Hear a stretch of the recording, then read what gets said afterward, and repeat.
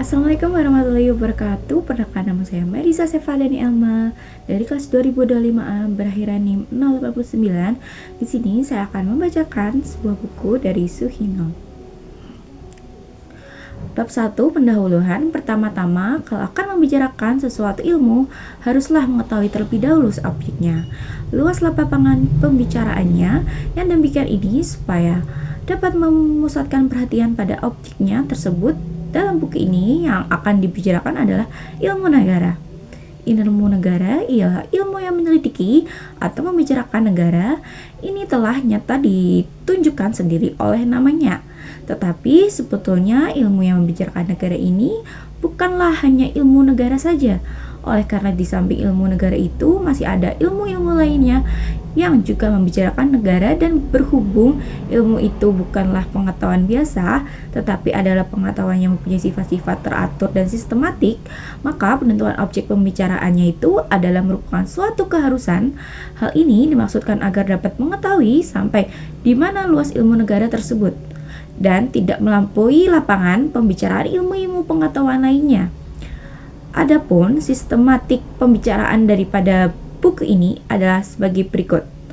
Objek ilmu negara di sini yang dibicarakan adalah luas daripada pembicaraan ilmu negara. Tegasnya, apakah yang menjadi objek pembicaraannya? Asal mula negara. Pembicaraan di sini meliputi teori-teori, ajaran-ajaran, faham-faham mengenai bagaimana timbulnya negara itu, atau bagaimanakah terjadinya negara itu. Maksudnya, bagaimanakah perpindahan dari keadaan manusia di mana mereka itu hidup secara bebas, belum teratur, ke keadaan bernegara, keadaan kehidupan manusia yang serba teratur. Dalam hal ini hanya akan kita bicarakan beberapa teori saja yang pokok-pokok. Teori-teori tersebut antara lain adalah A. Teori-teori pada zaman Yunani kuno. Dari zaman Yunani kuno antara lain dikemukakan A. Socrates, B. Plato, C. Aristoteles, dan B. Epicurus, E. Zeno. Sedangkan dari zaman Romawi kuno antara lain dikemukakan A. Polybius, B. Cicero, C. Seneca. Zaman pertengahan atau zaman abad pertengahan ini agak panjang, yaitu dimulai abad ke-5 sampai abad ke-15. Zaman ini berbarengan dengan timbul dan berkembangnya agama Kristen. Maka sudah tentu kalau pada zaman ini perkembangan ilmu pengetahuan sedikit banyak berpengaruh oleh ajaran-ajaran agama sehingga menimbulkan paham teokratis. Ajaran zaman pertengahan ini berkembang dalam dua periode, yaitu A. Zaman abad pertengahan sebelum perang salib dari abad ke-5 sampai abad ke-12. Ajaran-ajaran yang timbul pada zaman ini bersifat teokratis mutlak, artinya mendasarkan ajarannya itu kepada kekuasaannya serta keagungan Tuhan. Dalam zaman ini, ajaran-ajaran yang ada sebagian besar diciptakan oleh 1. Agustinus, 2. Thomas Aquinas, 3. B. Zaman abad pertengahan sesudah perang salib. Dari abad ke-12 sampai abad ke-15, ajaran-ajaran yang timbul pada teokratis kritis ini disebabkan karena masuknya pengaruh dari ajaran zaman Yunani kuno, terutama ajaran Aristoteles pada waktu terjadinya perang salib. Ajaran dari zaman ini diwakili oleh ajaran dari 1. Marsilius Padua. Jadi dengan demikian perang saliblah yang memisahkan antara kedua periode tersebut. D. Zaman Renaissance. Ini kira-kira pada abad ke-16. Pada zaman ini terjadi perubahan besar dalam ilmu pengetahuan, terutama dalam ilmu kenegaraan. Hal ini terjadi karena timbulnya faham-faham baru yang mampu mempengaruhi keadaan di banyak negara. Faham-faham tersebut adalah dari ajaran kebudayaan zaman Yunani kuno dan Jerman kuno. Pengaruh tersebut tidak saja masuk dalam lapangan ilmu kenegaraan, tetapi juga dalam lapangan keagamaan, sehingga menimbulkan perubahan besar. Dalam lapangan keagamaan menimbulkan kaum reformator, antara lain Dante, Luther, Melanchthon, Zwingli, Calvin. Sedangkan dalam lapangan kenegaraan timbul ajaran-ajaran dari Niccolo Machiavelli, Thomas Morus, Jan Bodem, kaum monarka makan, tokoh-tokohnya Houtman, Bratus, Buchanan, Mariana, Bellarmine, Suarez, Milton, dan yang terpenting Alhutus, yang ajarannya akan kita bicarakan sebagai wakil daripada kaum monarko-maken ini. F. Zaman berkembangnya teori hukum alam ini terjadi pada abad ke-17 dan abad ke-18. Teori hukum alam ini sesungguhnya memang mengalami perkembangan dalam 2 abad yang dalam masing-masing abad ini, meskipun materi ajarannya sama tetapi fungsinya berbeda. Perbedaan tersebut ialah bahwa ajaran hukum alam abad ke-17 berfungsi menerangkan, sedangkan ajaran hukum alam abad ke-18 berfungsi menilai. Adapun tokoh-tokoh sarjana adalah 1. Teori hukum alam abad ke-17, Grotius Hugo de Groot, Thomas Hobbes, Benedictus de Spinoza, John Locke. 2. Teori hukum alam abad ke-18, Frederick yang Agung, Montesquieu, Jean-Jacques Rousseau, Immanuel Kant. Oke, zaman berkembangnya teori kekuatan atau kekuasaan, teori ini berkembang pada permulaan abad-abad modern. Adapun tokoh-tokoh sarjananya ada 1. F. Oppenheimer, 2. H.J. Lasky, 3. Kaimara atau Karl Marx. Teori positisme, teori ini merupakan reaksi terhadap teori-teori klasik tradisional. Teori-teori yang telah disebutkan di atas, teori positisme ini antara lain dikemukakan oleh Hans Kelsen. Teori modern, teori ini sifatnya modern karena sudah menyesuaikan dirinya dengan keadaan serta perkembangan ilmu pengetahuan modern. Tokoh-tokohnya akan dibicarakan antara lain adalah 1. Prof. Mr. Kenneth Brooke, 2. Prof. Dr. J.H.A. Legeman. 3. Teori-teori tentang hakikat negara. Pembicaraan mengenai hakikat negara ini nanti tidak akan secara khusus dibicarakan tersendiri, melainkan akan dibicarakan saja sekaligus pada waktu membicarakan ajaran daripada tiap-tiap sarjana. Hal ini selain menyingkat waktu juga mengingatkan karena pada umumnya masing-masing sarjana itu mengemukakan pendapatnya. 4. Teori-teori tentang tujuan negara. Pembicaraan kita mengenai teori-teori tentang tujuan negara sama dengan nomor 3 di atas. 5. Teori legitimasi kekuasaan. Pembicaraan kita sendiri meliputi 3 masalah pokok, ialah A. Sumber kekuasaan, B. Pemegang kekuasaan, kekuasaan tertinggi kedaulatan, C. Pengesahan kekuasaan. Masing-masing masalah nanti akan mendapatkan jawaban dan tiap-tiap jawaban akan merupakan suatu ajaran. 6. Klasifikasi negara. Di sini nanti akan dibicarakan masalah-masalah mengenai kemungkinan daripada bentuk negara. Artinya sesuatu yang dinamakan negara jangan mempunyai kemungkinan bentuk apa saja. Jadi tegasnya tidak akan membicarakan bentuk-bentuk negara yang telah ada, tetapi yang akan dibicarakan adalah kemungkinan-kemungkinan daripada sesuatu yang dinamakan negara. Jadi lebih tegas lagi bahwa yang akan dibicarakan adalah ajaran-ajarannya, yaitu ajaran-ajaran mengenai klasifikasi negara. Di sini kita akan kemukakan ajaran-ajaran yang bersifat klasik tradisional dan ajaran-ajaran yang telah bersifat modern.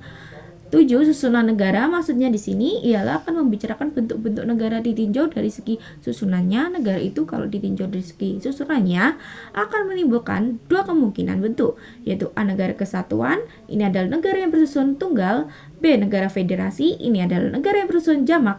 8. Negara demokrasi modern. Di sini nanti akan dibicarakan perkembangannya, yaitu mulai dari demokrasi langsung, demokrasi kuno yang mulai timbul dan berkembang sejak pada zaman Yunani langsung, demokrasi modern sampai demokrasi perwakilan. Ini terjadi sekitar abad ke-17 dan abad ke-18, maka dalam hal ini nanti akan erat hubungannya dengan ajaran-ajaran daripada sarjana hukum alam, terutama ajaran Montesquieu yaitu Trias Politica, karena ajaran inilah yang justru akan menentukan tipe daripada demokrasi, yaitu kedaulatan rakyat yang justru tidak dapat dipisahkan dengan demokrasi. 9. Negara oktokrasi modern. Negara ini juga sering disebut negara sistem satu partai. Negara oktokrasi dalam pengertiannya yang asli, kuno, praktis, dewasa ini dapat dikatakan sudah tidak ada. Sedangkan pada beberapa abadnya lampau yang mungkin sisanya masih ditemukan dewasa ini adalah yang disebut oktokrasi modern. Ini pun sifatnya agak samar-samar karena negara autokrasi modern ini dalam perkembangannya pada zaman modern mengkamuflir dirinya sedemikian rupa sehingga sepintas lalu dari segi luarnya kita melihat negara tersebut seakan-akan negara demokrasi modern. Maka dari itu perlu dibicarakan perbandingan antara kedua negara tersebut sebab selain apa yang telah disebutkan di atas, memang antara kedua negara itu mempunyai perbedaan yang sangat berbeda, terutama perbedaan mengenai pandangan tentang hakikat serta tujuan negara pada negara autokrasi modern. Bagaimanakah juga tidak dapat melepaskannya pandangan hidupnya, yaitu bahwa tujuan terakhir adalah mengimpun kekuasaan sebesar mungkin pada tangan negara. Maka perlu juga dibicarakan masalah pembatasan kekuasaan yang timbul daripadanya. Demikianlah sekedar gambaran gadis perjalanan pembicaraan buku ini. Semoga gambaran yang sederhana ini dapat merupakan titik tolak di dalam mempelajari ilmu negara. Objek ilmu negara di muka dalam bab 1 telah disebutkan bahwa objek atau lapangan pembicaraan ilmu negara adalah negara. Penyebutan ini sebetulnya adalah baru sepintas kilas saja sesuai dengan nama ilmu yang kita bicarakan, tetapi kalau kita memperhatikan betul-betul, sesungguhnya ilmu yang membicarakan negara itu tidak saja ilmu negara, melainkan masih banyak ilmu-ilmu lainnya yang juga membicarakan negara.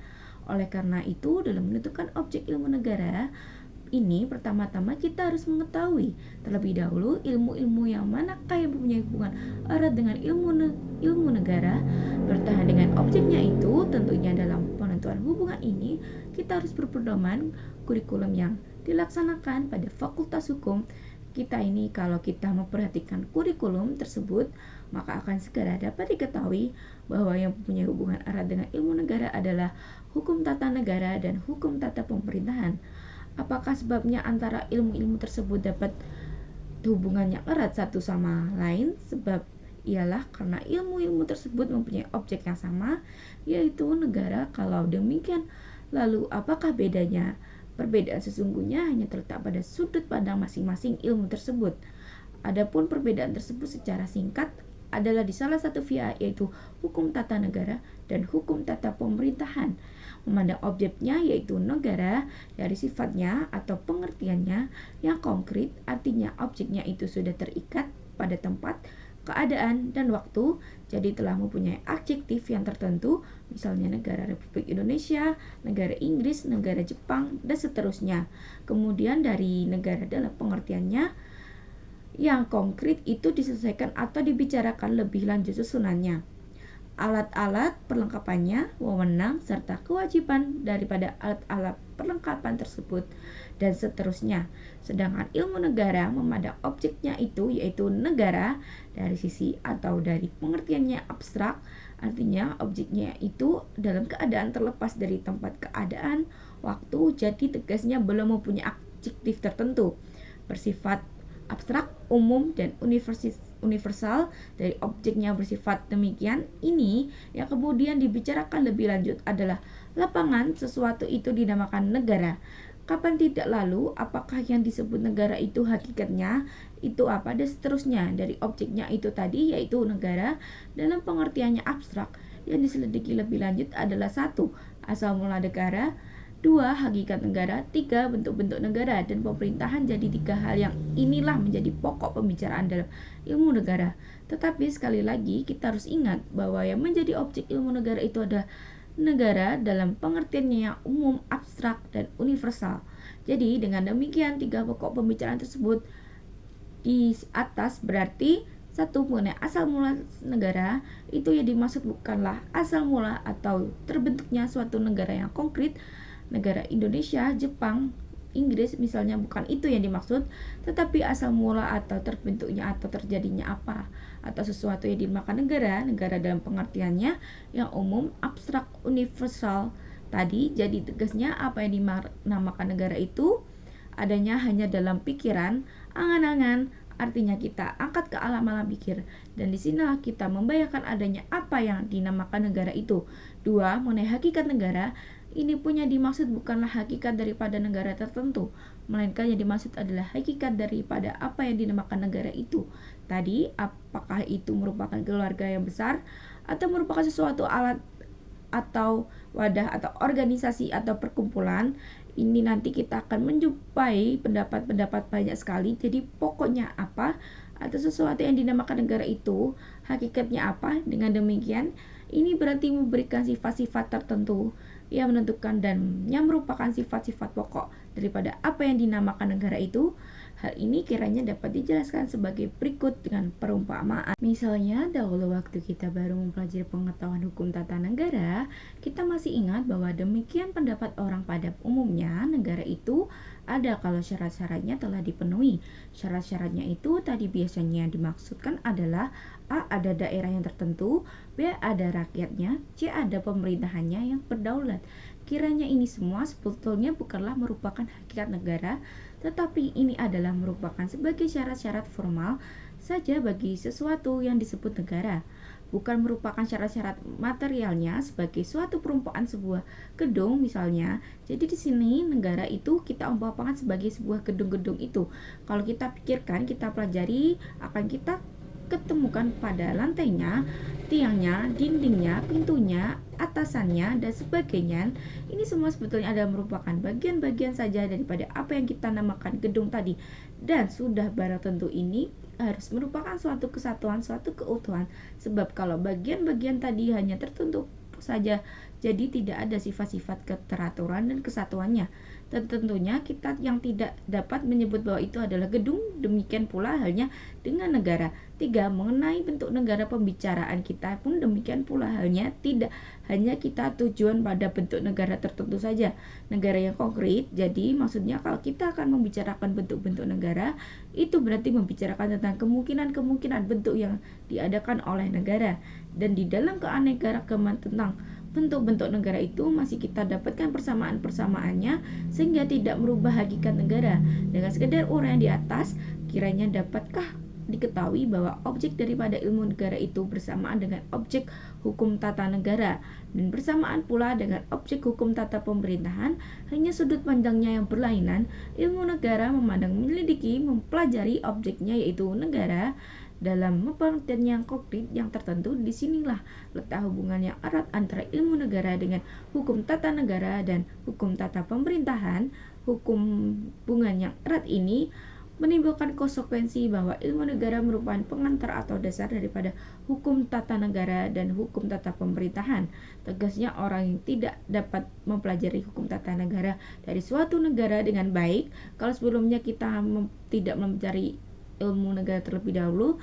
Demikian misalnya Leon Duguay dalam bukunya Droit de Droit Constitutionnel hampir separuh lebih memuat tentang ilmu negara. Di atas telah beberapa kali disebutkan bahwa objek ilmu negara itu adalah negara dalam pengertiannya yang abstrak, umum, universal.